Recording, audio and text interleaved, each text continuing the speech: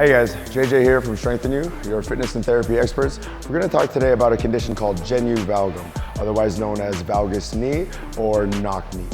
Valgus knee is marked by an inward angle of the thigh when standing in a neutral position. To see if you have this condition, try this test out. Stand with your feet facing straight forward and slide your feet in. If you find that your knees touch before your ankles do, you may have this condition.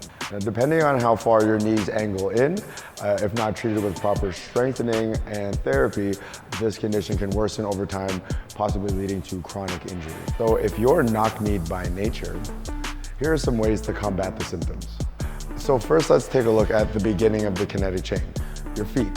A lot of times, knock knees are accompanied with or caused by flat feet or collapsed arches of the inner foot. So to combat this, what we need to do is change the way your foot relates to the ground. Now, the easiest way to do this is with specialized orthotic insoles. Come and see our Strengthnu therapy team to see if these are right for you. And beyond that, what we'd also want to do is strengthen the arch of the foot. So here's a couple exercises to help do that. The first exercise is called toe spreads. Easy as it sounds, you're going to try to spread your toes laterally, nice and controlled. Try doing 3 to 5 sets of 10 to 12 reps at a time. Another good exercise would be towel crunches. You do this by laying a towel flat on the floor and crunching it in with your toes and repeating 3 to 5 times. So now moving up the kinetic chain up to the hips and thighs. Valgus knee is usually caused by weak abductor muscles found on the outer portion of the hip and thigh, and tight or overactive adductor muscles found on the inner portion of the thigh. So what we want to do is release the tight muscles and strengthen the weak muscles. Let's start with that release. To release the inner thigh, you want to start in this position. So like with any longer muscle, you want to start proximal or closer to the body and work your way distally or away from the body. What I would do is split the muscle into thirds. So right now I'm rolling the top portion of the muscle, and then I'll move downward to the middle, working my way all the way down. So to help strengthen those abductor muscles, I like using a banded monster walk. So we'll use a band here.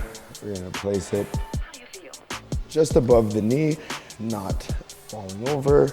So I like doing these side to side or laterally moving, and also forward and back to help challenge those muscles in different planes of motion. So I'm focusing on keeping tension on the band and taking little steps, and we're gonna walk forward and backwards, focusing on driving the heel back and down.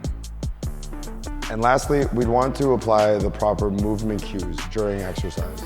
Let's take the squat, for example.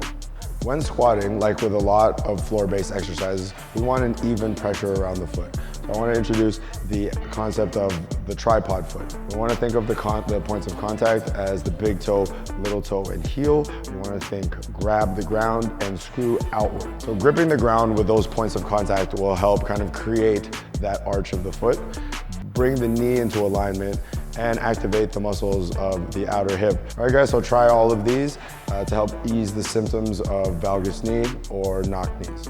I'm JJ from Strengthnu, and remember, you're only one strategy away from crushing your fitness goals.